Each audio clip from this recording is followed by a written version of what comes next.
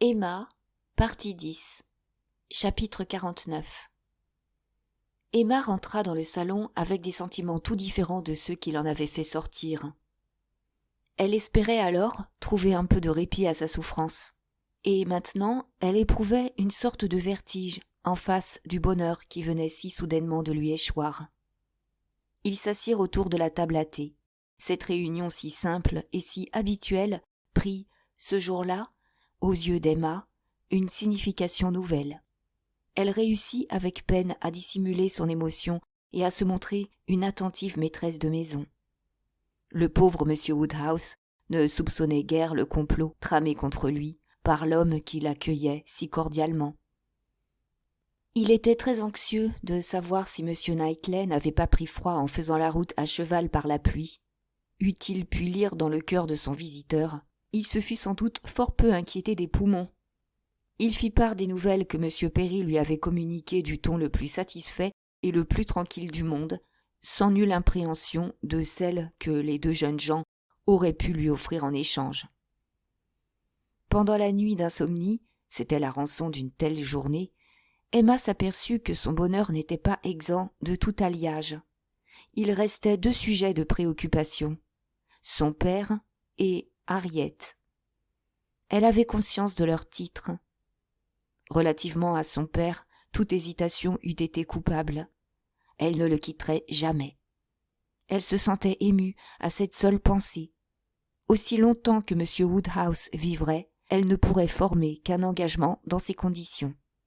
Son père trouverait peut-être un réconfort à savoir sa fille fiancée.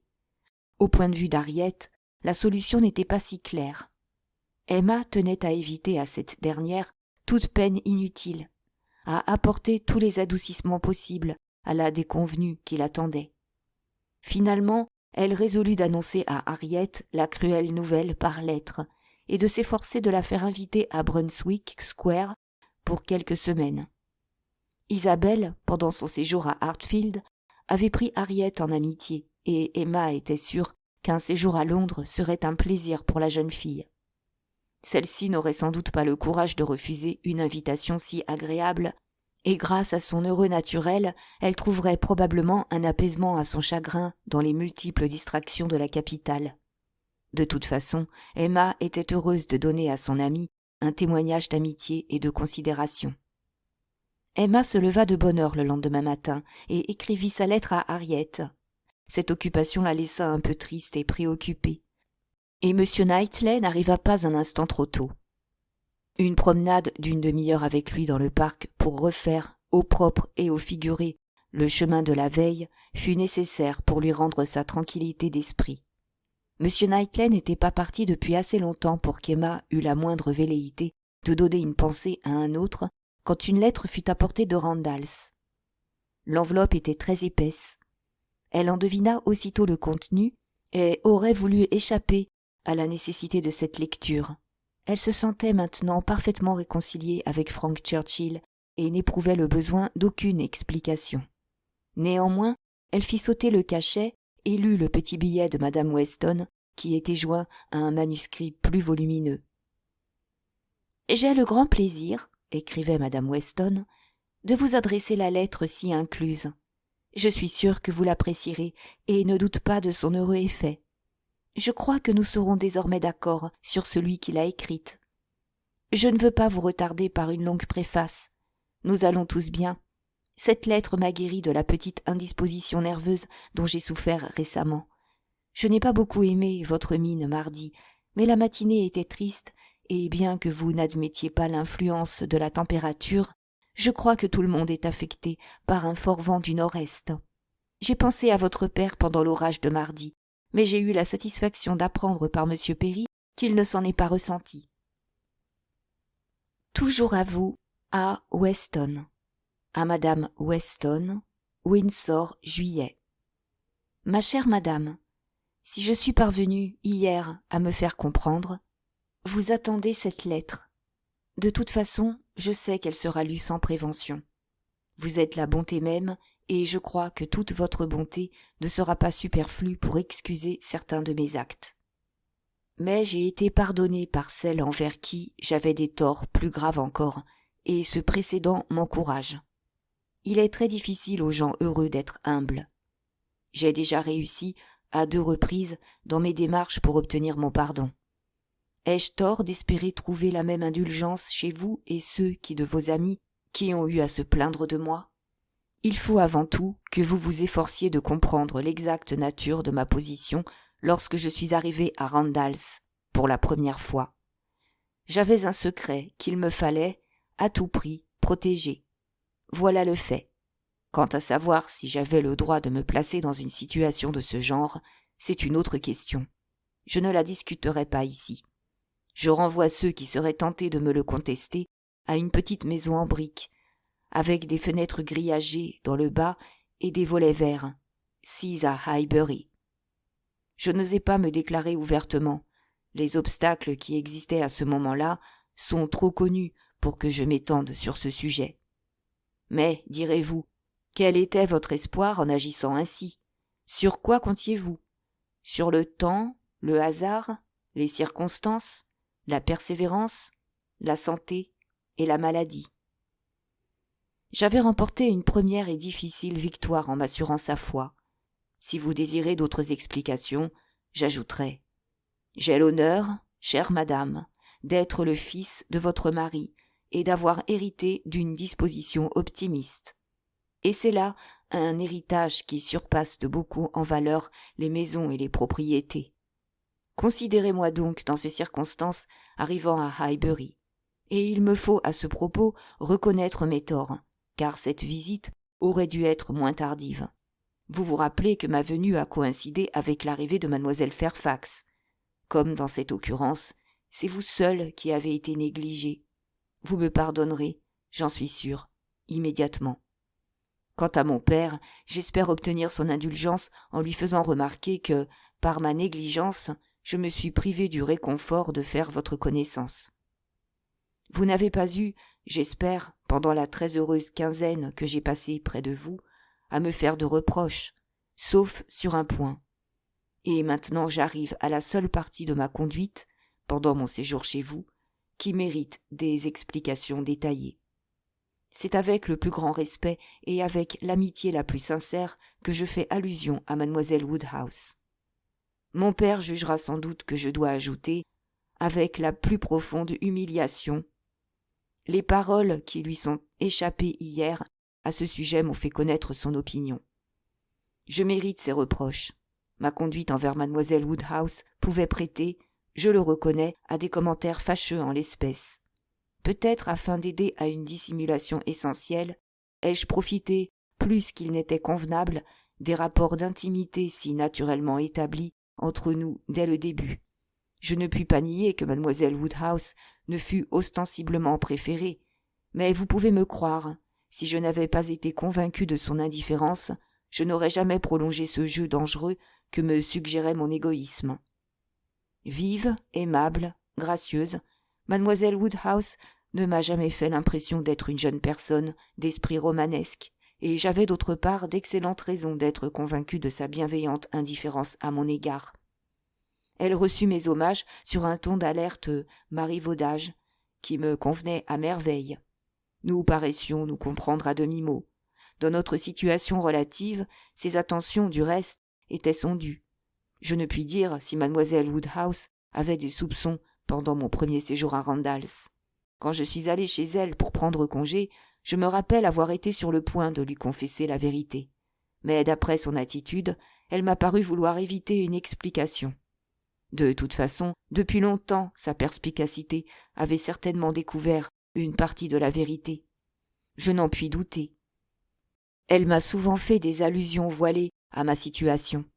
J'espère que cette historique sincère sera acceptée par vous et par mon père comme une atténuation de mes torts. Pardonnez-moi et obtenez-moi au moment opportun le pardon et les bons vœux de mademoiselle Woodhouse. Je ressens pour elle une affection fraternelle. Vous avez maintenant une clé pour expliquer ma conduite à Randalls. Mon cœur était à Highbury, et tous mes efforts tendaient à trouver les moyens de m'y transporter souvent sans éveiller de soupçons. Si vous avez gardé le souvenir de quelque extravagance, mettez-la, je vous prie, sur le compte de l'amour. Relativement à l'acquisition faite par moi du fameux piano, je me bornerai à dire que mademoiselle Fairfax ne m'eût jamais autorisé à l'envoyer, si elle avait été consultée. Elle a fait preuve, pendant toute la durée de notre engagement, d'une exquise délicatesse de sentiment. Bientôt, j'espère, vous serez à même de la juger. Aucune description ne pourrait donner une idée juste de son caractère. Depuis que j'ai commencé cette lettre, j'ai reçu de ses nouvelles. Elle me dit que sa santé est bonne, mais comme elle ne se plaint jamais, cette affirmation ne suffit pas à me tranquilliser. Je désire avoir votre opinion sur sa mine. Je sais que vous allez lui faire une visite, et je sais aussi qu'elle vit dans une perpétuelle anxiété à l'idée de vous voir. Peut-être est-ce déjà une chose faite ? Écrivez-moi sans tarder. J'ai hâte de recevoir 1000 détails. Rappelez-vous combien, peu de temps, j'ai pu m'arrêter à Randalls, et dans quel état d'émotion et d'agitation je me trouvais. Je ne me sens guère mieux encore. Je suis tour à tour le plus heureux et le plus malheureux des hommes. Quand je pense à votre bonté et à celle de mon père, à la générosité de mon oncle, je suis fou de joie. Mais quand je me rappelle tout le tourment que j'ai causé à mademoiselle Fairfax, je me sens en fureur contre moi-même. Si seulement je pouvais la revoir, lui parler. Mais ce n'est pas possible encore. Mon oncle a été trop excellent pour que je songe à lui présenter une nouvelle requête. Il m'a été impossible hier de vous donner aucune explication suivie, mais la soudaineté et, à un certain point de vue, l'inopportunité de cette révélation nécessite un commentaire. La mort de ma tante faisait, je le savais, disparaître le plus grave obstacle à mon bonheur. Toutefois, je n'aurais jamais songé à une solution aussi prématurée si de très particulières circonstances ne m'avaient contraint à agir sur l'heure. Mademoiselle Fairfax, de son côté, eût certainement ressenti tous mes scrupules, avec plus de force encore, mais je n'avais pas le choix. La brusque résolution qu'elle avait prise à l'instigation de cette femme. À cet endroit, ma chère madame, j'ai été obligé de m'interrompre afin de retrouver mon calme. Je viens de faire une longue promenade dans la campagne, et je suis maintenant, je l'espère, en état de continuer ma lettre sur un ton convenable. Ce souvenir est pour moi, en effet, particulièrement pénible. Je reprends mon exposition. Mademoiselle Fairfax ne pouvait admettre que, sous prétexte de dissimuler la vérité, je m'exposasse, d'un cœur léger, à compromettre une autre jeune fille. Elle désapprouvait entièrement ma manière d'être avec mademoiselle Woodhouse, et cette considération, en dehors des scrupules de délicatesse, aurait dû suffire à me faire changer de conduite. Mais jugeant son mécontentement déraisonnable, je refusai d'accéder à ses prières. Je la jugeais en diverses occasions inutilement scrupuleuse et prudente. Je me plaignais de sa froideur. Nous nous sommes querellés. Vous rappelez-vous le déjeuner champêtre à Donwell ? Ce fut ce jour-là que nos divers malentendus aboutirent à une crise. J'étais en retard. Je la rencontrai rentrant seule chez elle et je voulus l'accompagner. Elle s'y opposa formellement. Cette manifestation de la prudence la plus élémentaire me parut alors une preuve d'indifférence. Je fus assez extravagant pour m'offenser et je doutais de son affection. Le lendemain, à Box Hill, mademoiselle Fairfax, provoquée par ma négligence affectée et mon apparente dévotion à mademoiselle Woodhouse, par une conduite, en un mot, qu'aucune femme de cœur n'aurait pu supporter, m'exprima son ressentiment d'une façon parfaitement compréhensible pour moi. Le soir même, par dépit, je retournai à Richmond, bien qu'il m'eût été possible de rester avec vous jusqu'au lendemain matin. Même à ce moment, je n'avais pourtant pas abandonné tout projet de réconciliation future, mais j'étais blessé par sa froideur et je voulais attendre qu'elle fît les premiers pas. Je me réjouirai toujours, ma chère madame, de votre non-participation à l'excursion de Box Hill. Si vous aviez été témoin de mon attitude ce jour-là, je crains que vous n'eussiez toujours conservé de moi une mauvaise opinion. Je n'avais pas prévu les conséquences de mon départ. Aussitôt qu'elle l'eut appris, elle accepta l'offre qui lui était faite par l'entremise de cette officieuse madame Elton. À ce propos, je dois vous dire combien j'ai été indigné de toutes les libertés que cette dame s'est permises à l'égard de mademoiselle Fairfax. Je suis forcé de me montrer modéré, après avoir rencontré moi-même tant d'indulgence, sinon je ne ferais pas preuve de tant de patience. Elle l'appelait Jane. Est-ce possible ? Vous remarquerez que je ne me suis pas permis de lui donner ce nom, même devant vous. Vous pouvez, en conséquence, juger de ce que j'ai dû souffrir en l'entendant prononcer par les Elton. Cette familiarité aggravée encore par le sentiment d'une supériorité imaginaire constituait pour moi une véritable torture. Mademoiselle Fairfax, après avoir disposé d'elle-même, résolut de rompre avec moi. Elle m'écrivit le lendemain que nous ne devions plus nous revoir. Notre engagement, me disait-elle, est une source de regrets et de tourments pour nous deux. En conséquence, je vous rends votre liberté. Cette lettre m'arriva le jour même de la mort de ma pauvre tante.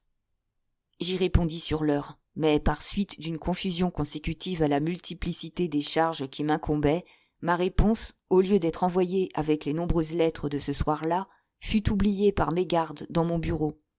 Pensant avoir écrit suffisamment, vu les circonstances, pour la satisfaire, je demeurai sans inquiétude.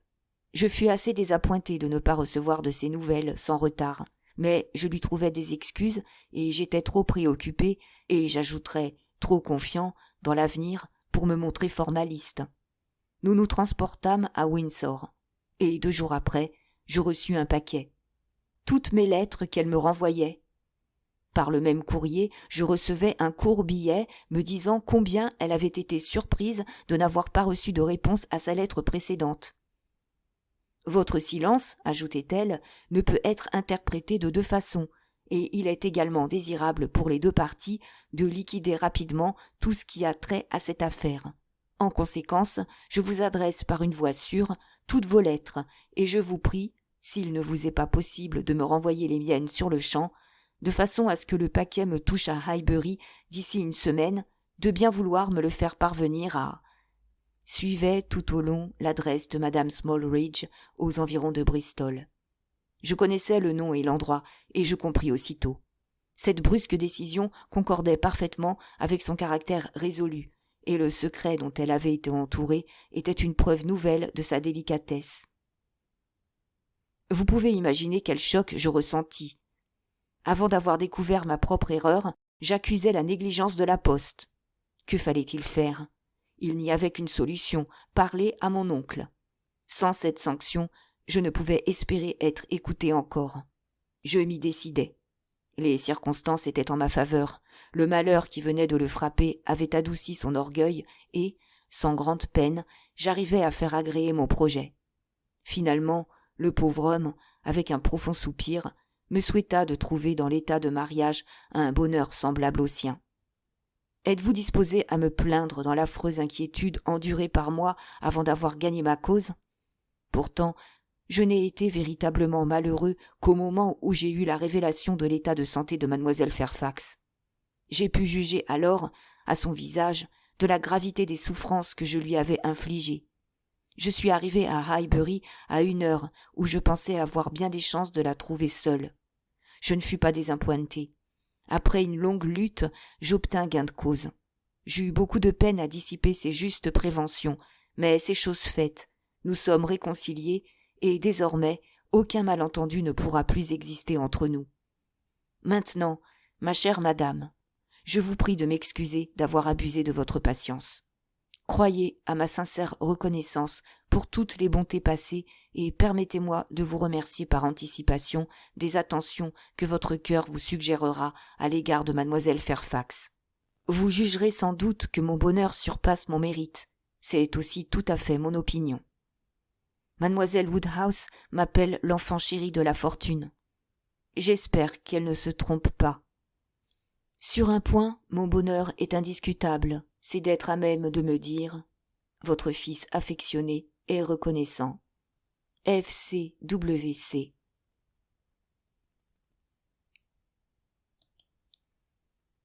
Chapitre 50. Les prévisions de madame Weston se réalisèrent. La lettre eut le meilleur effet sur l'esprit d'Emma. Le passage où il était question d'elle avait éveillé son intérêt et elle l'avait lu jusqu'au bout sans s'interrompre. Elle retrouvait ses anciennes dispositions bienveillantes pour Frank Churchill et, de plus, elle prenait un plaisir particulier à cette évocation de l'amour. Indiscutablement, le jeune homme avait eu des torts graves, mais elle était disposée à lui accorder des circonstances atténuantes. Plusieurs raisons plaidaient en sa faveur. Ses souffrances, ses sentiments de contrition, sa reconnaissance à l'égard de madame Weston, son amour pour mademoiselle Fairfax. Fût-il entré à ce moment-là, Emma lui aurait serré la main de bon cœur. Cette lettre laissa à Emma une si bonne impression que, dès l'arrivée de M. Knightley, elle le pria d'en prendre connaissance. En agissant ainsi, elle savait interpréter le vœu de madame Weston. Celle-ci désirait certainement que ce plaidoyer fût communiqué à M. Knightley qui, sur la foi des apparences, avait porté un jugement sévère sur son beau-fils. « Je serais très content de le lire, mais elle semble longue, dit-il. Je l'emporterai chez moi ce soir. » Cela n'était pas possible. Madame Weston devait venir dans la soirée, et Emma comptait lui rendre la lettre. « Je préférerais vous parler, reprit-il. Mais comme c'est une question de justice, je me résigne. » Il commença, s'arrêtant néanmoins dès les premières lignes, pour observer.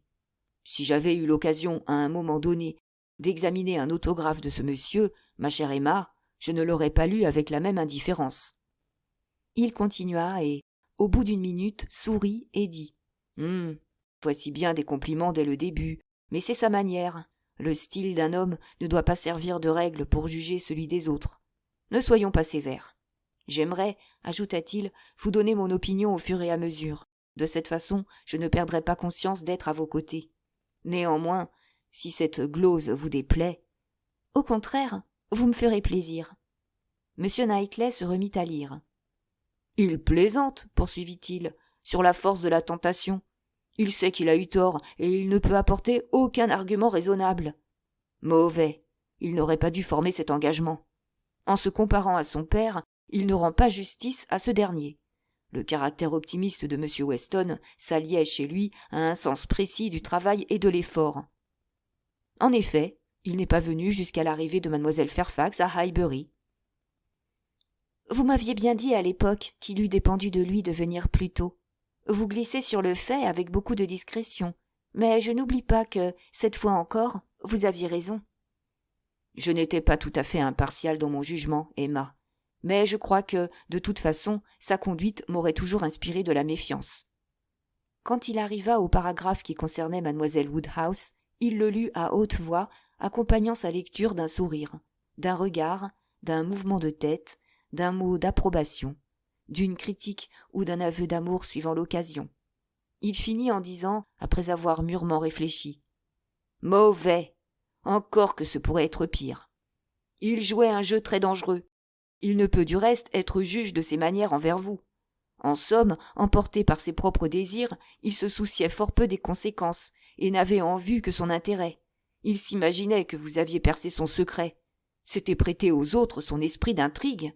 Ma chère Emma, ne voyons-nous pas là combien essentielle est la sincérité dans nos rapports avec nos semblables ?» Emma acquiesça et rougit en pensant à Harriet.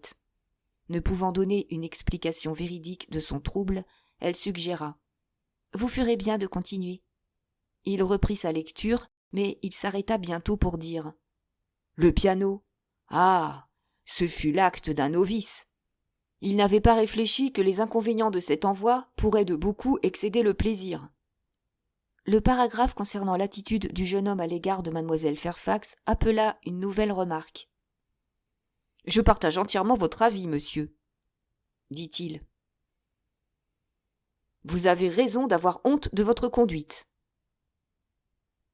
Après avoir lu les lignes suivantes, où Frank Churchill expliquait le point de départ de leur malentendu et blâmait sa persistance à agir contre le gré de Jane Fairfax, M. Knightley reprit. « Voici de bien pauvres arguments. Il l'avait induite à se placer dans une situation extrêmement difficile et périlleuse, et il aurait dû s'appliquer à lui éviter toute souffrance inutile. Pour correspondre avec lui, elle avait à surmonter des difficultés de tout genre auxquelles il n'était pas exposé. Un homme de cœur eût tenu compte même de scrupules imaginaires. À plus forte raison devait-il respecter les justes exigences de la jeune fille.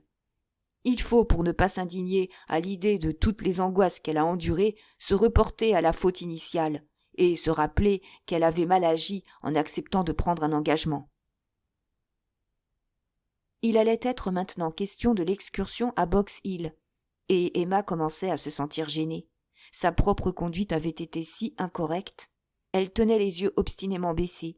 Néanmoins, tout ce passage fut parcouru attentivement, sans donner prise au moindre commentaire, et M. Knightley parut n'avoir gardé aucun souvenir des événements de cette journée. « Il n'y a pas moyen de chicaner à propos des Elton, observa-t-il. Je lui concède le manque de tact de nos excellents amis. Ses sentiments sont naturels.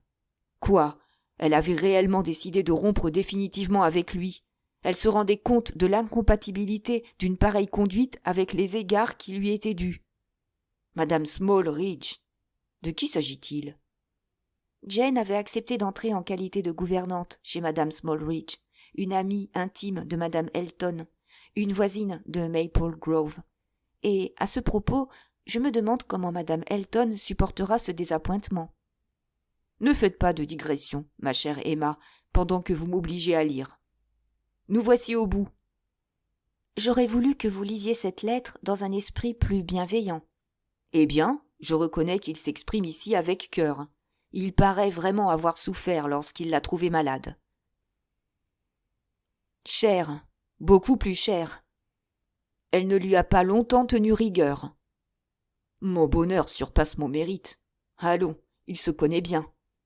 Mademoiselle Woodhouse m'appelle l'enfant chéri de la fortune. Ah, vraiment, la fin est élégante. Vous ne paraissez pas aussi satisfait de sa lettre que je le suis moi-même. Néanmoins, vous devez avoir meilleure opinion de lui. Il a commis des fautes de légèreté et d'imprévoyance.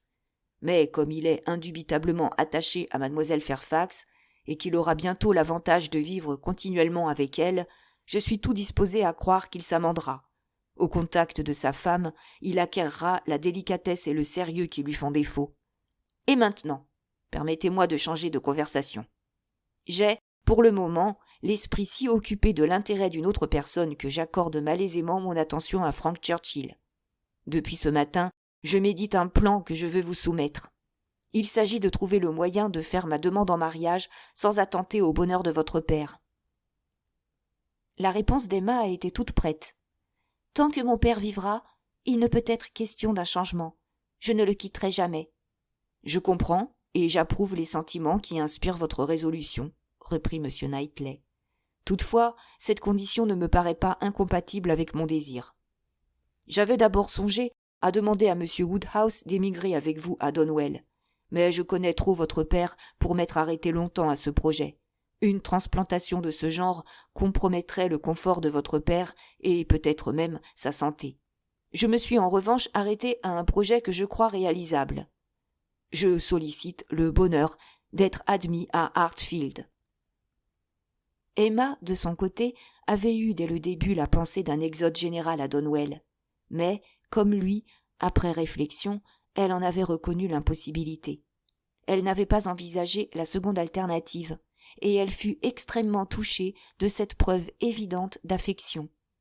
En abandonnant Donwell, M. Knightley sacrifiait nécessairement une grande partie de son indépendance d'heure et d'habitude, et sa patience serait sans doute mise plus d'une fois à l'épreuve au contact journalier de M. Woodhouse. « Comment ne souscrirais-je pas, dit-elle, à un arrangement qui satisfait toutes les aspirations de mon cœur ? Néanmoins, je ne suis pas égoïste au point de n'en pas voir les inconvénients, et je vous conseille de bien réfléchir avant de prendre une décision. » J'ai envisagé la question sous toutes ses faces, et c'est en connaissance de cause que j'assume les devoirs de la cohabitation. J'ai pris le soin, ce matin, d'éviter William Larkins, afin de ne pas être dérangé dans mes méditations. « Ah, voici une nouvelle difficulté, dit Emma en riant. Je suis sûre que William Larkins n'approuvera pas cette combinaison. Il vous convient de le consulter avant de me demander mon consentement. » Après le départ de M. Knightley, Emma se mit à songer à l'avenir. Elle ne put s'empêcher de remarquer avec quel calme elle envisageait la possibilité de la déchéance éventuelle des droits du petit Henry sur Donwell. Prête à des devoirs nouveaux, elle reniait sa sollicitude de sœur et de tante. Elle souriait en rapportant à sa véritable cause l'opposition intransigeante dont elle avait fait preuve lorsqu'il avait été question du mariage de M. Knightley avec Jane Fairfax, ou avec telle autre personne. Elle eût été tout à fait heureuse si la pensée d'Harriet ne l'avait obsédée. Son bonheur croissant ne ferait qu'augmenter les souffrances d'Harriet. Celle-ci devrait maintenant être tenue à l'écart, dans son intérêt même. Il était impossible de lui trouver une place dans le cercle de famille. Emma supportait cette idée sans souffrance, mais il lui en coûtait d'infliger à son amie un châtiment immérité. Elle ne doutait pas qu'avec le temps, M. Knightley ne fût oublié ou, pour mieux dire, supplanté, mais on ne pouvait s'attendre à une guérison immédiate. Ce dernier ne contribuerait certainement pas, pour sa part, à cette cure, comme l'avait fait M. Elton. M. Knightley, toujours si plein d'attention pour tout le monde, ne mériterait jamais d'être moins admiré. D'autre part, il eût été téméraire d'espérer qu'Harriet elle-même fût capable de tomber amoureuse de plus de 3 hommes dans une année. Chapitre 51. La réponse d'Harriet fut satisfaisante. Elle se montrait également désireuse d'éviter une rencontre qui, dans les circonstances actuelles, ne pouvait être que pénible. Elle ne se livrait à aucune récrimination et ne faisait aucun reproche. Néanmoins, Emma, en lisant entre les lignes, découvrit des traces de ressentiment. Du reste, il aurait fallu être un ange pour supporter, sans rancœur, un coup pareil. Une séparation s'imposait d'autant plus. Elle n'eut aucune difficulté à obtenir l'invitation à Brunswick Square et eut la chance de pouvoir la solliciter sans avoir recours au mensonge. Harriet, en effet, désirait depuis longtemps consulter un dentiste, et ce prétexte fut invoqué. Madame John Knightley fut enchantée de se rendre utile. Sans avoir pour le dentiste la même considération que pour M. Wingfield, tout ce qui concernait la santé excitait son intérêt et éveillait sa bienveillance. Une fois la chose arrangée avec sa sœur, Emma proposa ce déplacement à Harriet et la trouva très bien disposée. En conséquence, Isabelle écrivit à la jeune fille pour lui demander de venir passer 15 jours à Londres.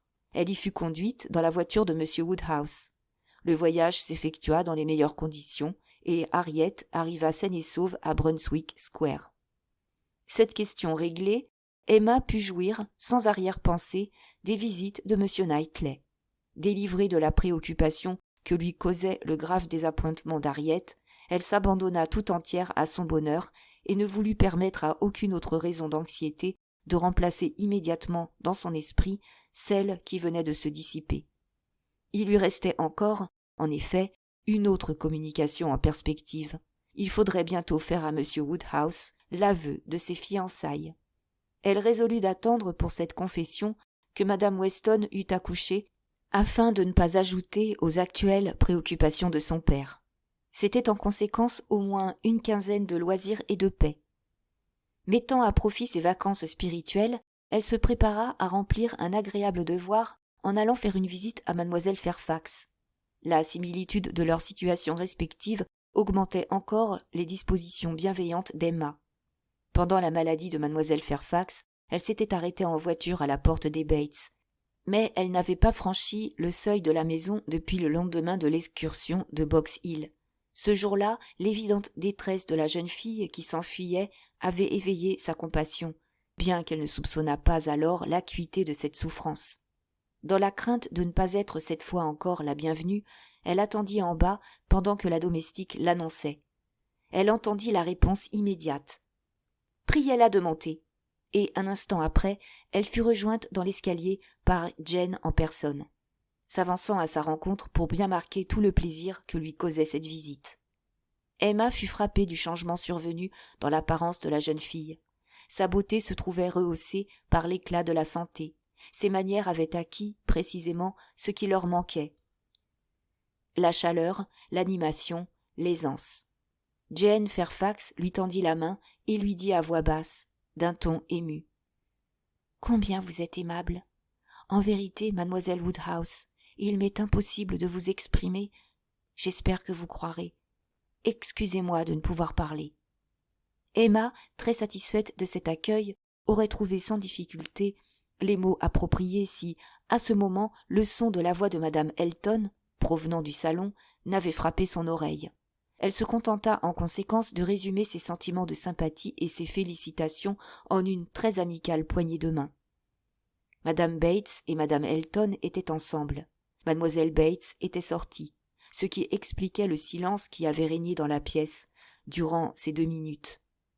Emma, à dire vrai, aurait préféré ne pas rencontrer madame Elton, mais elle était dans une disposition d'esprit à prendre patience et, comme madame Elton l'accueillit avec une gracieuseté inaccoutumée, elle ne désespéra pas de voir la visite se passer sans encombre. Elle eut vite deviné la raison de la bonne humeur de madame Elton. C'était d'être la confidente de mademoiselle Fairfax et de se croire seule au courant du secret de son amie. Après avoir présenté ses compliments à madame Bates, Emma écoutait avec déférence les réponses de la vieille dame, mais n'en observait pas moins madame Elton à la dérobée. Celle-ci, en affectant un air mystérieux, pliait une lettre et la remettait dans le réticule pourpre et or qu'elle tenait à la main. Elle murmura, avec des hochements de tête significatifs. « Nous pourrons terminer cette lecture une autre fois. Nous ne tarderons pas, sans doute, à retrouver une occasion. Et, au fait, vous connaissez maintenant l'essentiel. Madame Smallridge accepte nos excuses et n'est pas offensée. Vous voyez quelle délicieuse lettre elle m'écrit. C'est une charmante créature. Vous l'auriez prise en affection si vous aviez été chez elle. Mais pas un mot, soyons discrètes, faisons montre de nos meilleures manières. Chut!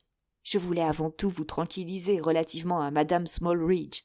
Les explications que je lui ai données l'ont complètement satisfaite. » Emma paraissait absorbée dans la contemplation du tricot de madame Bates, et madame Elton, après avoir jeté un coup d'œil du côté de la nouvelle arrivée, reprit. « Je n'ai donné aucun nom, comme vous avez pu remarquer. J'ai fait preuve de la prudence d'un ministre d'État.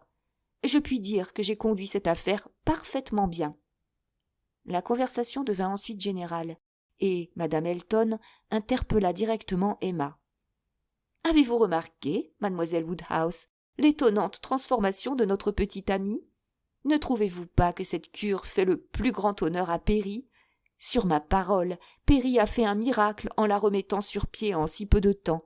Si vous l'aviez vue comme moi, au moment où elle était le plus mal, vous seriez d'autant plus stupéfaite. » Afin de répondre à une question de madame Bates, Emma se tourna de nouveau vers elle, et madame Elton en profita pour se tourner vers Jane et lui dire « Nous passerons sous silence l'aide que Perry a pu recevoir d'un certain jeune docteur de Windsor.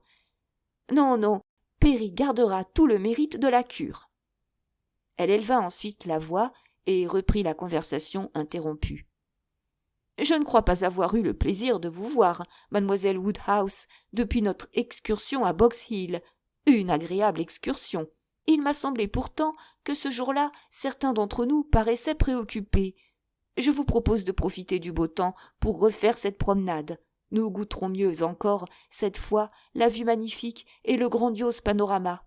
Bien entendu, tous ceux, sans exception, qui ont fait partie de la précédente expédition seront présents. » Peu après, mademoiselle Bates rentra, et Emma put constater combien le secret qui lui avait été recommandé pesait aux lèvres de la bonne demoiselle.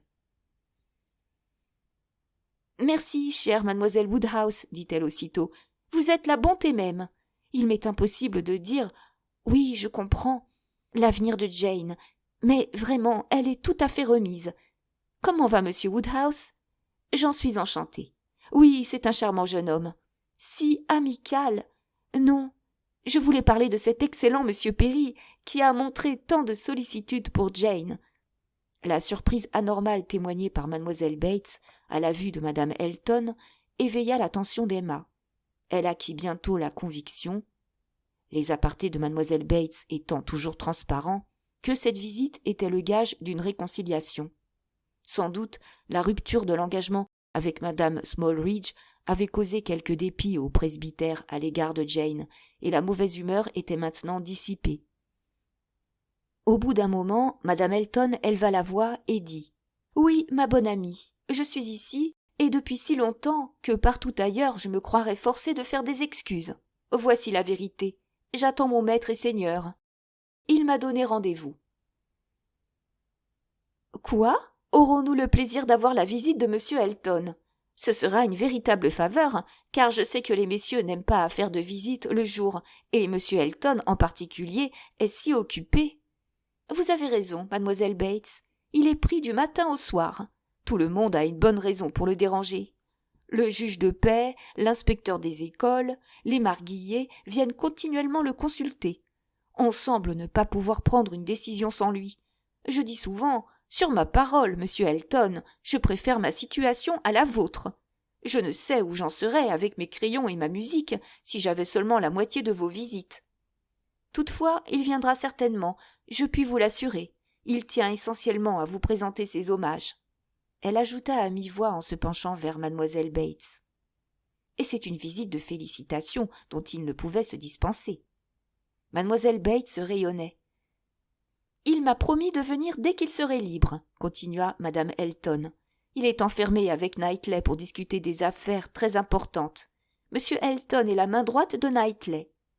Emma dissimula un sourire et dit seulement « Si monsieur Elton est allé à pied à Donwell, il aura eu bien chaud. » La réunion a lieu à l'hôtel de la Couronne. Weston et Cole seront là également, mais on est porté à ne parler que des dirigeants. « Est-ce que vous ne faites pas une confusion ?» suggéra Emma. « Si je ne me trompe, la réunion à la Couronne ne doit avoir lieu que demain. »« Oh non, et c'est bien certainement aujourd'hui. Cette paroisse est vraiment une des plus chargées qui soit. Je n'imaginais rien de pareil, d'après mon expérience de Maple Grove. »« Votre paroisse était très restreinte, » dit Jane. « Je ne puis pas vous renseigner à ce sujet.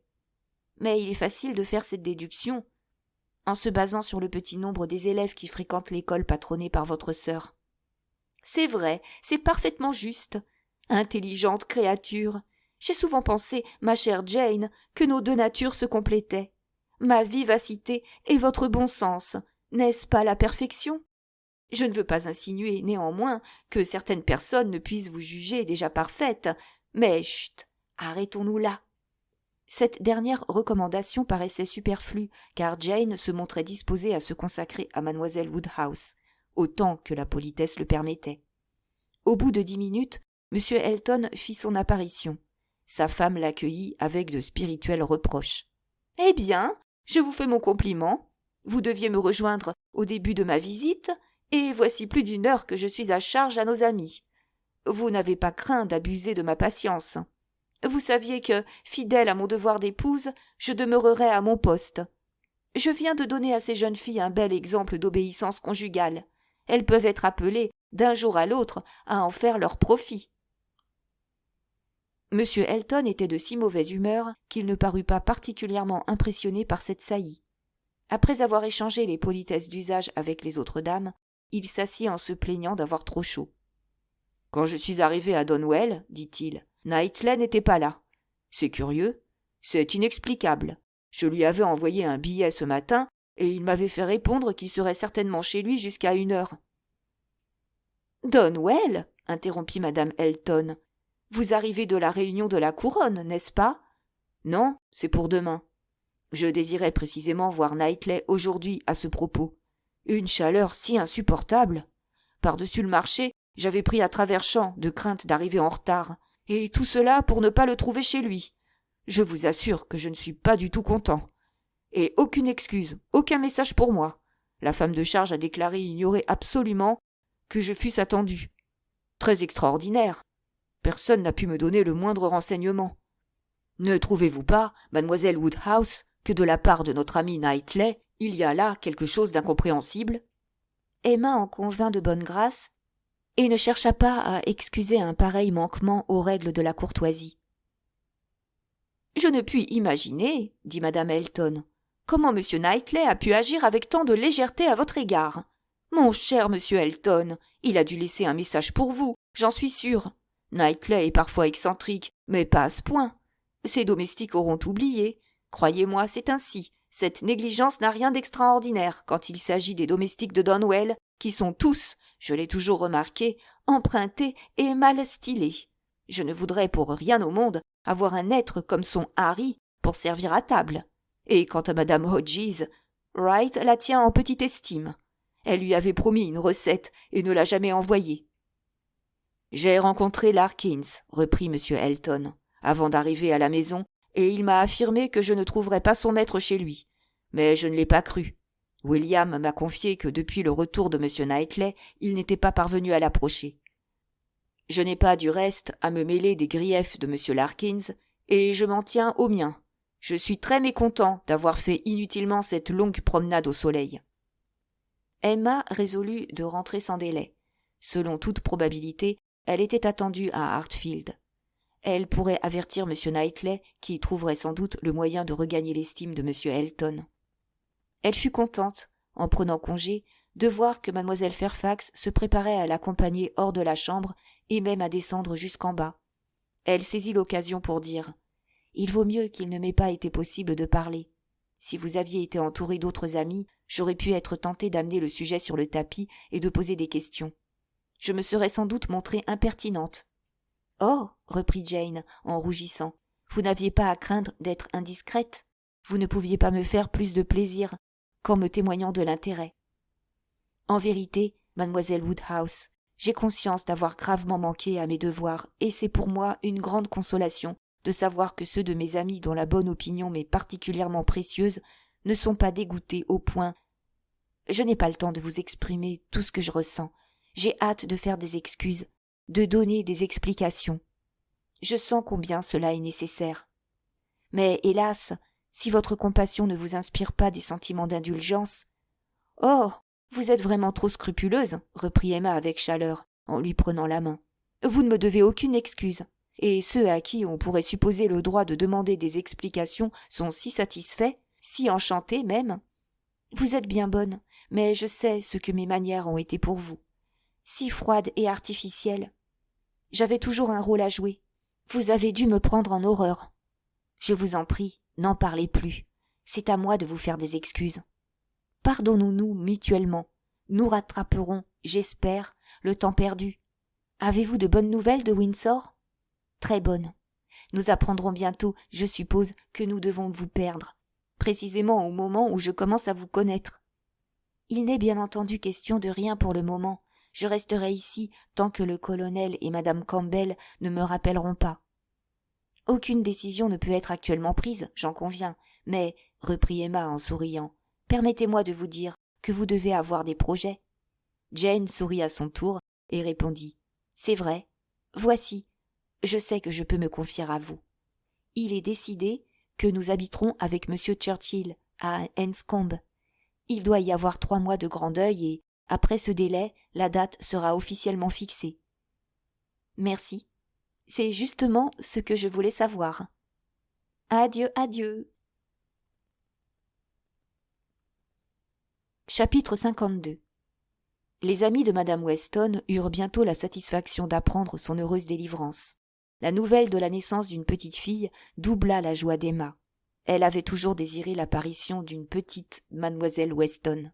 L'idée d'un mariage entre la nouvelle venue et un des fils d'Isabelle avait déjà germé dans son esprit, mais elle ne voulait pas se l'avouer à elle-même et se contentait d'énumérer à M. Knightley les avantages que les parents trouveraient à la présence continuelle d'une petite créature à leur foyer. « Il eût été fâcheux, ajoutait-elle, que Madame Weston n'ait pas trouvé l'occasion d'exercer ses talents d'institutrice. Elle a pu acquérir de l'expérience avec moi, comme la baronne d'Alman avec la comtesse d'Ostalis dans Adélaïde et Théodore de Madame de Genlis. Et nous verrons maintenant sa propre petite Adélaïde, élevée d'après un plan plus parfait. Voici, elle la gâtera encore plus qu'elle ne vous a gâté, tout en croyant être très sévère. Ce sera la différence. Malheureux enfant, reprit Emma, quel avenir lui est réservé? Comme beaucoup d'autres, elle sera insupportable pendant son enfance, et la sagesse viendra peu à peu avec l'âge. Je me sens maintenant enclin à modifier mon opinion en ce qui concerne les enfants gâtés, ma chère Emma. Je vous suis redevable de tout mon bonheur. Il ne m'est donc pas permis de me montrer sévère à leur égard. Emma se mit à rire et reprit. Mais j'avais, moi, l'assistance de toutes vos réprimandes pour contrebalancer les mauvais effets de l'indulgence. Je doute que mon propre bon sens eût suffi à me corriger. Ce n'est pas mon avis. La nature vous avait donné l'intelligence. Mademoiselle Taylor vous enseignait les bons principes. Vous deviez forcément obtenir un heureux résultat. Mon intervention aura été plus nuisible qu'utile. Vous vous demandiez, avec raison, de quel droit je vous chapitrais. Ma surveillance a surtout servi mes propres intérêts. À force de penser à vous, sous prétexte de m'occuper de vos défauts, je suis devenu amoureux. Et moi, je suis sûre que vous m'avez été utile.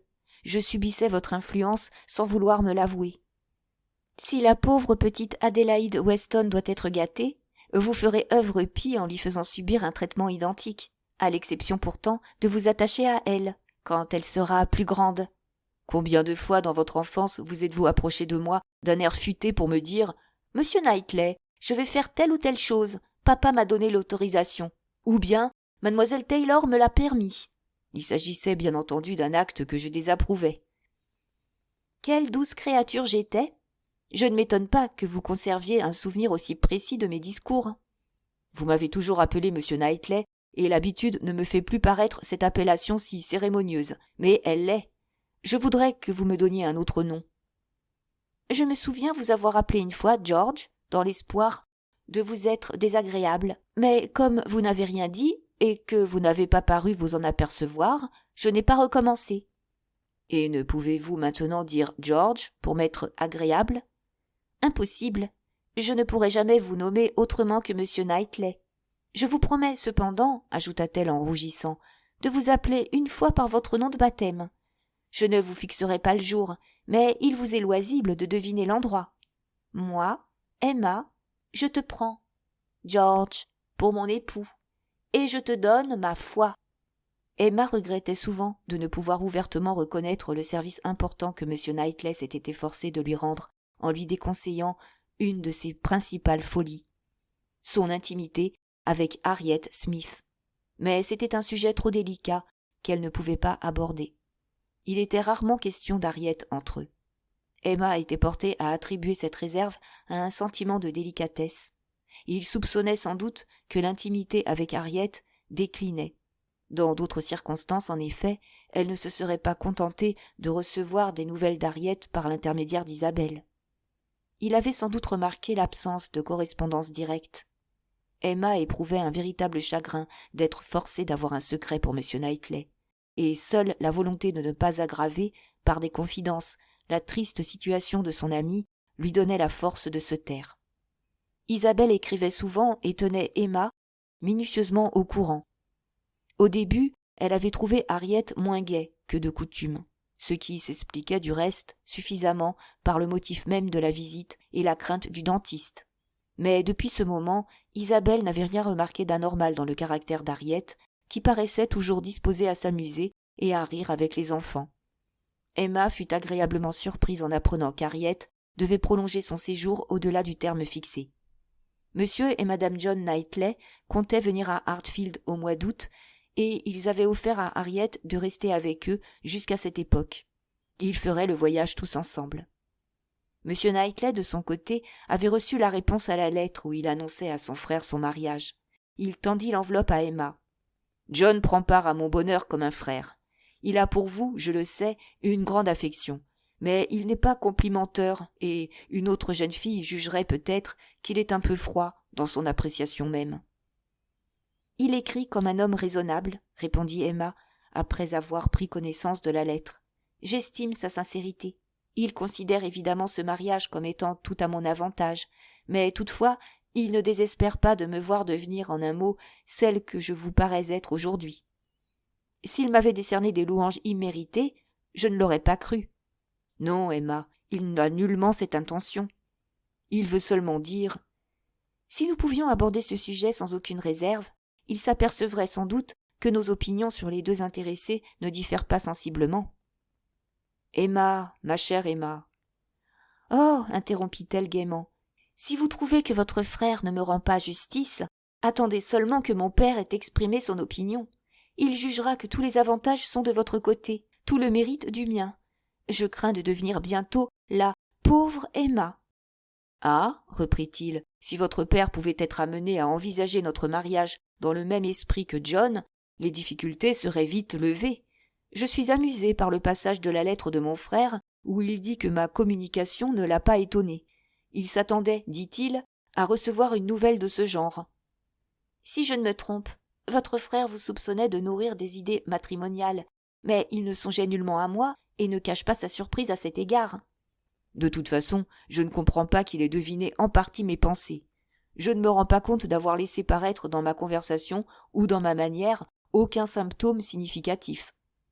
Toutefois, il devait en être ainsi, à mon insu. J'étais peut-être en effet un peu différent pendant mon dernier séjour. Je n'ai pas joué avec les enfants comme d'habitude.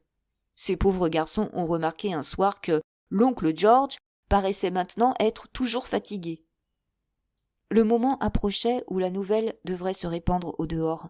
Dès que Madame Weston fut suffisamment remise pour recevoir M. Woodhouse, Emma, comptant beaucoup sur la douce influence des raisonnements de son amie, résolut de tout dévoiler à son père et immédiatement après aux Weston.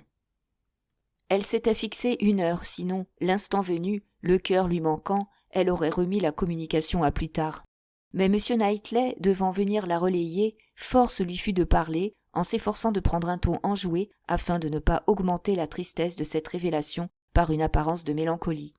Elle pria son père de se préparer à entendre une nouvelle extraordinaire, et ensuite, en quelques mots, elle lui dit que si on pouvait obtenir son consentement, ce dont elle ne doutait pas, ce projet ayant pour but d'assurer le bonheur de tous, elle et M. Knightley avaient l'intention de se marier.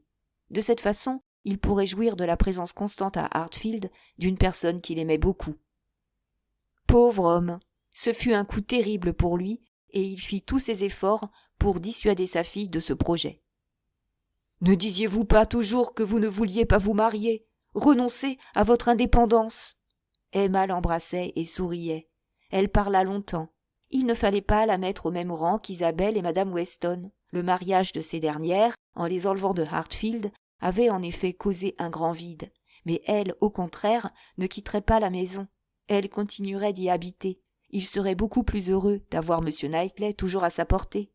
Est-ce qu'il n'aimait pas beaucoup M. Knightley ? Il ne pouvait le nier.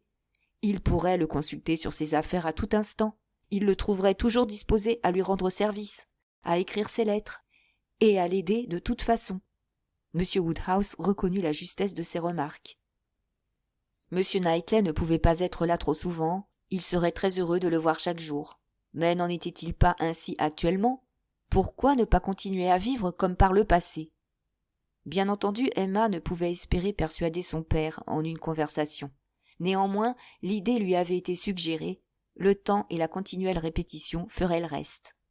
Aux prières et aux assurances d'Emma succédèrent celles de M. Knightley. Celui-ci fit l'éloge d'Emma avec tant d'affection que M. Woodhouse en fut touché. Ils reçurent le jour même tout l'appui possible du côté d'Isabelle, qui manifesta dans sa lettre une approbation illimitée. Madame Weston, le lendemain, aborda le sujet de la façon la plus habile. Elle parla du mariage comme d'une affaire arrangée et, en même temps, comme d'une combinaison des plus heureuses.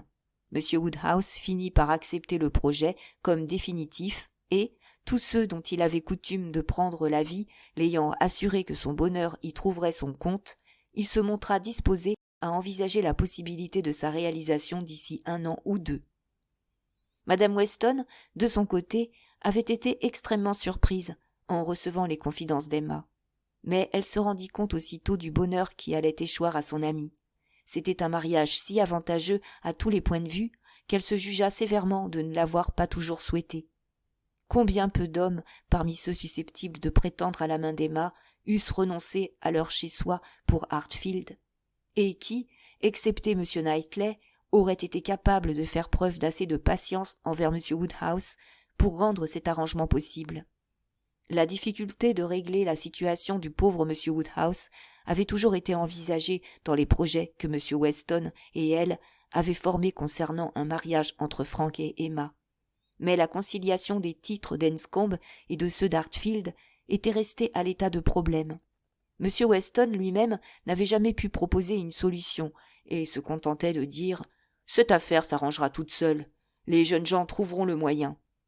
Mais dans le cas présent, au contraire, rien n'était laissé au hasard, ni confié à l'avenir. Tout était réglé, clair, définitif. C'était une union qui promettait tous les bonheurs et qu'aucun obstacle ne pouvait retarder. Madame Weston, avec son bébé sur les genoux, se laissant aller à ses agréables réflexions, était une des plus heureuses femmes du monde. La nouvelle fut également une surprise pour M. Weston, du moins pendant 5 minutes. Au bout de ce temps, il était déjà familiarisé avec cette idée.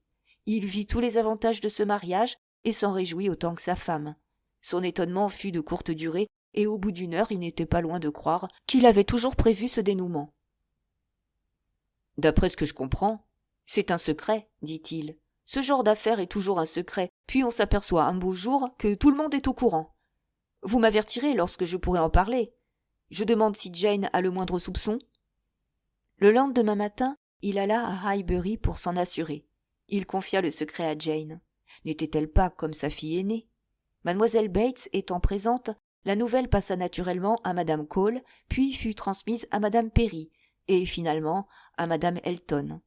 Les intéressés avaient prévu ce résultat, et ils apportaient beaucoup de perspicacité à imaginer les diverses réflexions dont ils seraient, ce soir-là, l'objet dans les différentes familles de Highbury. Au presbytère, la surprise fut franchement désagréable. M. Elton, en fait de vœux, se contenta de dire « L'insupportable fierté de la jeune fille sera enfin satisfaite. Mademoiselle Woodhouse avait sans doute toujours eu l'intention d'attraper Knightley, si elle le pouvait. » À propos de la vie commune à Hartfield, il eut le front d'ajouter qu'il ne voudrait pas être à la place de Knightley. Madame Elton, de son côté, fut extrêmement affectée. « Pauvre Knightley! Pauvre garçon !» s'écria-t-elle. « Je suis peinée de le voir s'embarquer dans une mauvaise affaire, car, bien que très excentrique, il a de grandes qualités. Je ne me suis jamais aperçue qu'il fût amoureux. Pas le moins du monde. Pauvre Knightley! C'est la fin de toute relation agréable avec lui. Il était si heureux de venir dîner avec nous. Pauvre garçon! Il ne donnera plus de déjeuner champêtre à Donwell en mon honneur. Il y aura maintenant une Madame Knightley qui se chargera de jeter de l'eau froide à tout propos. C'est bien désagréable. Je ne regrette pas d'avoir donné mon opinion sur la femme de charge l'autre jour. Quelle idée de vivre ensemble! C'est une tentative téméraire. Je connais une famille près de Maple Grove qui a cherché à mettre en pratique un arrangement de ce genre, et qui a dû y renoncer au bout de 3 mois. Chapitre 53. Les jours passaient. Les John Knightley et Harriet étaient à la veille d'arriver. C'était une perspective alarmante, et Emma, en y pensant un matin, réfléchissait aux inconvénients du retour de son ami. M. Knightley entra sur ces entrefaites, et elle mit de côté les pensées tristes. Après quelques minutes de conversation enjouée, il se tut et reprit ensuite sur un ton plus sérieux. « J'ai quelque chose à vous dire, Emma. Une nouvelle à vous annoncer. »« Bonne ou mauvaise ?» dit-elle en le regardant en face. « Je ne sais trop. »« Bonne, j'en suis sûre. Je le vois à votre visage. Vous vous efforcez de ne pas sourire. »« Je crains, dit-il, ma chère Emma, que vous ne souriez pas quand vous la connaîtrez. »« Vraiment ? Mais pourquoi ? Je puis difficilement imaginer qu'une chose qui vous contente ne me satisfasse pas aussi. Il y a un sujet sur lequel nos avis diffèrent. Il s'agit d'Harriet Smith. » Emma rougit en l'entendant prononcer ce nom et appréhenda quelque fâcheuse révélation. « Vous avez sans doute reçu une lettre vous-même. »« Non, du tout. Je ne sais rien. Je vous en prie, mettez-moi au courant. »« Je vois que vous vous attendez au pire. Voici. Harriet Smith épouse Robert Martin. » Emma sursauta, et elle fut sur le point de dire « Non, c'est impossible !» Mais son regard seul trahit son étonnement. « Robert Martin, reprit M. Knightley, est venu m'annoncer son mariage ce matin. Je vois, mon Emma, que vous êtes affectée, comme je le prévoyais. »« Vous vous méprenez, » répondit-elle avec effort. « Cette nouvelle ne me rend pas malheureuse, mais je ne puis y ajouter foi. Vous voulez seulement dire que Robert Martin a l'intention de demander, encore une fois, la main d'Harriet Smith. »« Je répète, » articula M. Knightley avec décision, « il a fait sa demande et il a été agréé. »« Est-ce possible ?» Emma se pencha sur sa corbeille et se mit à chercher une broderie afin de dissimuler les sentiments de bonheur et de soulagement qui l'agitaient, et ajouta « Eh bien, dites-moi tout, donnez-moi les détails. » Il y a 1 semaine, Robert Martin était à Londres pour affaires, et je l'avais prié de se charger d'une commission pour John. Il porta lui-même à John les papiers que je lui avais confiés. Il fut cordialement accueilli et invité à accompagner toute la famille au cirque. où l'on menait les garçons. Mon ami Robert Martin ne put pas résister à la tentation, et il accepta. La partie fut extrêmement gaie. Mon frère lui demanda de venir dîner le lendemain, et pendant la soirée, Robert Martin trouva l'occasion de parler à Harriet. Ce ne fut pas en vain. Elle l'a rendu, en l'agréant, aussi heureux qu'il mérite de l'être. Il est revenu hier, et ce matin, avant le déjeuner, il était chez moi pour me rendre compte de sa mission, et me faire part de son bonheur. C'est tout ce que je puis vous dire. Votre amie Harriet vous fera un récit beaucoup plus long. Elle entrera dans tous les petits détails que la femme seule sait rendre intéressants. Toutefois, je puis ajouter que Robert Martin paraissait très ému. Emma n'essaya pas de répondre. Elle était sûre qu'elle ne pourrait s'empêcher de manifester une joie anormale, et il la croirait folle. Son silence étonna M. Knightley et, après l'avoir observé quelques instants, il reprit. « Emma, ma chérie, je crains que vous ne soyez plus contrariée que vous ne voulez l'avouer. Je le reconnais, sa situation est un inconvénient, mais si votre amie est satisfaite, c'est l'important, et je me porte garant que vous estimerez le jeune homme de plus en plus à mesure que vous le connaîtrez. Son bon sens et ses excellents principes vous satisferont pleinement. Vous ne pourriez désirer votre ami dans de meilleures mains. Si je le pouvais, je changerais le rang social de son prétendant. C'est beaucoup dire, je vous assure, car je tiens énormément à garder Robert Martin à Abbey Mill. » Il s'efforçait de la faire sourire et, se sentant maintenant maîtresse d'elle-même, Emma leva la tête et reprit gaiement.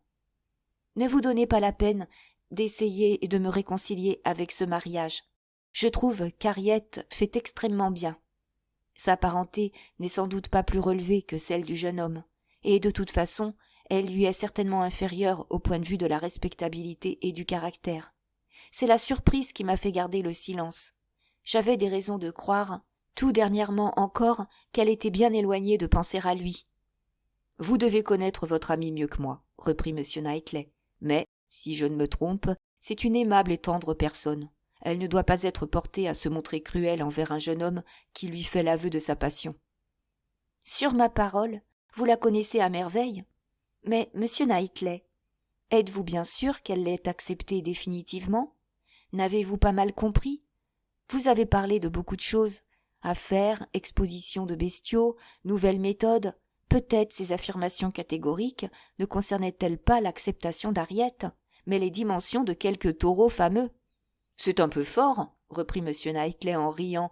Prétendriez-vous insinuer que je ne comprends pas ce qu'on me dit? Il n'y avait pas, je vous assure, d'équivoque possible. Je crois pouvoir vous en donner une preuve. Il m'a demandé mon opinion sur les démarches à faire. Il comptait s'adresser à Madame Goddard pour avoir des éclaircissements sur les amis d'Harriet. Je ne puis qu'approuver. Il doit aller chez Madame Goddard aujourd'hui même. « Je suis parfaitement satisfaite, » reprit Emma en souriant de bon cœur, « et je leur souhaite sincèrement tout le bonheur possible. »« Vous êtes bien changé depuis notre dernier entretien. »« Je l'espère. Dans ce temps-là, j'étais stupide. De mon côté, j'ai modifié mon opinion. J'ai souvent causé avec Harriet. Par égard pour vous et par intérêt pour Robert Martin, je désirais la mieux connaître. J'ai quelquefois eu l'idée que vous me soupçonniez de plaider la cause du pauvre Robert Martin. Ce n'était pas le cas. Après l'avoir bien observé, j'ai acquis la conviction que c'est une aimable et simple créature, avec d'excellents principes, et mettant son bonheur dans les affections et les devoirs de la vie conjugale. Elle vous doit sans doute en partie les progrès réalisés. « Moi » reprit Emma en secouant la tête. « Ah, pauvre Harriet !» Néanmoins, elle se contint et supporta patiemment cette louange imméritée. À ce moment, M. Woodhouse entra et leur conversation prit fin. Emma ne le regretta pas, car elle désirait être seule. Cette nouvelle l'avait mise dans un état d'agitation qui lui enlevait sa présence d'esprit. Elle aurait voulu danser, chanter, crier, et elle ne pouvait prêter attention à d'autres propos. Son père venait annoncer que James attelait les chevaux pour les conduire à Randalls, où il faisait maintenant une visite quotidienne. Ce fut une excellente excuse pour quitter le salon. La joie et le bonheur d'Emma peuvent être facilement imaginés. Seul le souci de l'avenir d'Harriet l'empêchait d'être parfaitement heureuse. Qu'avait-elle à désirer maintenant? Rien, sinon de devenir plus digne de celui dont le jugement s'était montré si supérieur au sien. Elle souhaitait aussi que le souvenir de ses folies passées lui enseignât l'humilité et la circonspection pour l'avenir. Elle était très sérieuse dans ses résolutions et, pourtant, elle ne pouvait s'empêcher de rire de temps en temps en pensant à l'éclosion d'une nouvelle idylle, aboutissement d'un désespoir qui datait de 5 semaines. Maintenant, elle pourrait voir revenir Harriet avec plaisir. Toutes les conséquences lui paraissaient agréables. Elle ferait bien volontiers la connaissance de M. Martin. Sa principale satisfaction était de penser que, dorénavant, elle ne serait plus tenue à aucune dissimulation avec M. Knightley. Elle pourrait désormais se montrer parfaitement confiante et sincère. Elle partit avec son père, le visage souriant. Elle n'écoutait pas toujours, mais elle acquiesçait de confiance. Ils arrivèrent. Madame Weston était seule dans le salon. M. Woodhouse reçut des remerciements proportionnés à l'effort accompli, et ils s'informèrent de la santé de l'enfant. Ils étaient à peine assis quand ils aperçurent, à travers le rideau, 2 ombres qui passaient dans le jardin, contre la fenêtre. « C'est Frank et mademoiselle Fairfax, » dit aussitôt madame Weston. « J'allais justement vous faire part de l'agréable surprise que nous avons eue en le voyant arriver. Il reste jusqu'à demain, et mademoiselle Fairfax a bien voulu, sur notre demande, venir passer la journée. Ils vont probablement entrer. » Au bout d'1 minute, en effet, les jeunes gens firent leur apparition. On se salua cordialement, puis tout le monde se rassit. Pendant les instants de silence embarrassé qui suivirent, Emma se demanda si son désir de rencontrer Frank Churchill en compagnie de Jane Fairfax lui apporterait le plaisir qu'elle avait escompté. Cependant, M. Weston se joignit à eux. L'enfant fut amené, et la gêne se dissipa. Frank Churchill saisit la première occasion pour s'approcher d'Emma. « Je dois vous remercier, dit-il, mademoiselle Woodhouse, d'un message indulgent que madame Weston m'a transmis dans une de ses lettres. J'espère que vos sentiments ne se sont pas modifiés. »« Non, vraiment, » répondit Emma, « pas le moins du monde. Je suis particulièrement heureuse de vous voir, de vous serrer la main et de vous faire de vive voix mes vœux de bonheur. » Il exprima sa reconnaissance et continua de parler sur un ton de sincérité émue.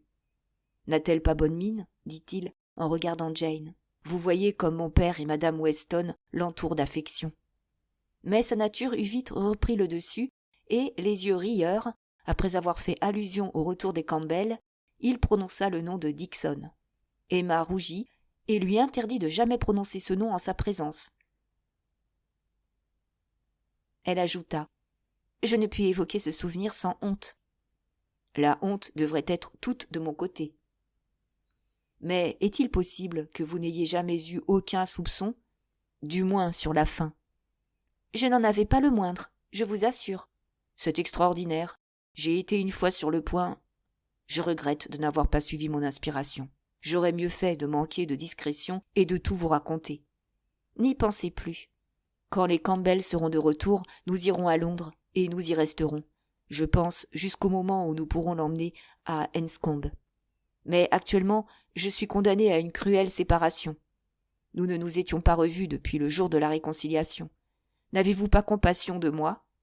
Emma exprima sa sympathie très sincèrement, et il reprit soudain à mi-voix. À propos, j'espère que M. Knightley va bien. Elle rougit et se mit à sourire. Permettez-moi à mon tour, continua-t-il, de vous présenter mes félicitations. J'ai appris cette nouvelle, croyez-le bien, avec le plus vif intérêt et la plus grande satisfaction. C'est un homme qu'il ne m'appartient pas de louer. Emma écoutait avec plaisir et ne demandait pas mieux que de continuer l'entretien sur ce ton. Mais l'instant d'après, Frank Churchill était de nouveau occupé de ses propres affaires et il dit en tournant les yeux vers Jane. « Avez-vous jamais vu un teint si fin, si délicat, et pourtant elle n'est pas absolument blonde. C'est une carnation assez rare, formant contraste avec ses cils noirs. Elle a juste assez d'éclat pour faire ressortir sa beauté. »« J'ai toujours admiré son teint pour ma part, » reprit Emma malicieusement, « mais il me semble qu'il y eut un temps où vous trouviez à redire à sa pâleur. Avez-vous tout à fait oublié ? » ?»« Pas du tout. Quelle impudence était la mienne ! Comment ai-je osé ?» En même temps, il riait de si bon cœur à cette évocation qu'Emma ne put s'empêcher de lui dire « J'ai idée qu'au milieu de vos tribulations, vous trouviez grand plaisir à nous duper tous. Ce jeu vous faisait prendre votre mal en patience. »« Oh non ! Comment pouvez-vous me soupçonner d'une pareille duplicité ? J'étais le plus malheureux des hommes. »« Pas malheureux au point de devenir insensible à l'ironie. Je suis d'autant plus portée à vous soupçonner que, placée dans la même situation, je n'aurais probablement pas résisté à la tentation de mystifier mon entourage. Nos deux natures ont certains points de ressemblance. Il s'inclina en souriant. Dans tous les cas, reprit Emma, nos destinées sont parallèles. N'allons-nous pas nous unir à deux personnes d'un caractère supérieur au nôtre? C'est vrai, répondit-il avec émotion, du moins en ce qui me concerne. C'est un ange. Regardez-la, ses gestes n'ont-ils pas une grâce angélique? Observez ses yeux levés vers mon père. Vous apprendrez avec plaisir, ajouta-t-il en se penchant vers elle et en baissant la voix, que mon oncle s'est décidé à lui donner tous les bijoux de ma tante. Ils doivent être remontés à présent. J'ai l'intention de faire ajuster un diadème. Ne sera-ce pas magnifique sur ses cheveux sombres? Tout à fait magnifique, reprit Emma d'un ton si cordial qu'il éprouva le besoin de manifester sa reconnaissance. Comme je suis heureux, dit-il, de vous voir et de vous trouver si bonne mine. Pour rien au monde, je n'aurais voulu manquer cette rencontre, et si vous n'étiez pas venu, je serais certainement allé à Hartfield. Pendant ce temps, les autres personnes avaient parlé du bébé. Madame Weston venait de raconter que la veille, ils avaient été un peu alarmés à son sujet. Elle avait été sur le point de faire chercher M. Perry. Toutefois, au bout de 10 minutes, l'enfant avait repris sa tranquillité habituelle. M. Woodhouse prit grand intérêt à ce récit et exprima son regret que Madame Weston n'eût pas suivi sa première inspiration. « Ne manquez pas, dit-il, de faire chercher Perry à la moindre indisposition. Vous ne pouvez l'appeler trop souvent. Il est peut-être fâcheux qu'il ne soit pas venu hier. Sans doute l'enfant semble en bon état, mais il ne s'en porterait que mieux si Perry l'avait examiné. » En entendant prononcer le nom de Perry, Frank Churchill leva la tête, et dès que M. Woodhouse eut fini de parler, il dit, en s'adressant à Emma, « Mon ami Perry, est-il venu ce matin? Comment voyage-t-il maintenant? A-t-il une voiture? » Emma se rappela aussitôt et saisit l'allusion. Elle se mit à rire à son tour. Pendant ce temps, Jane Fairfax faisait tous ses efforts pour paraître ne pas entendre.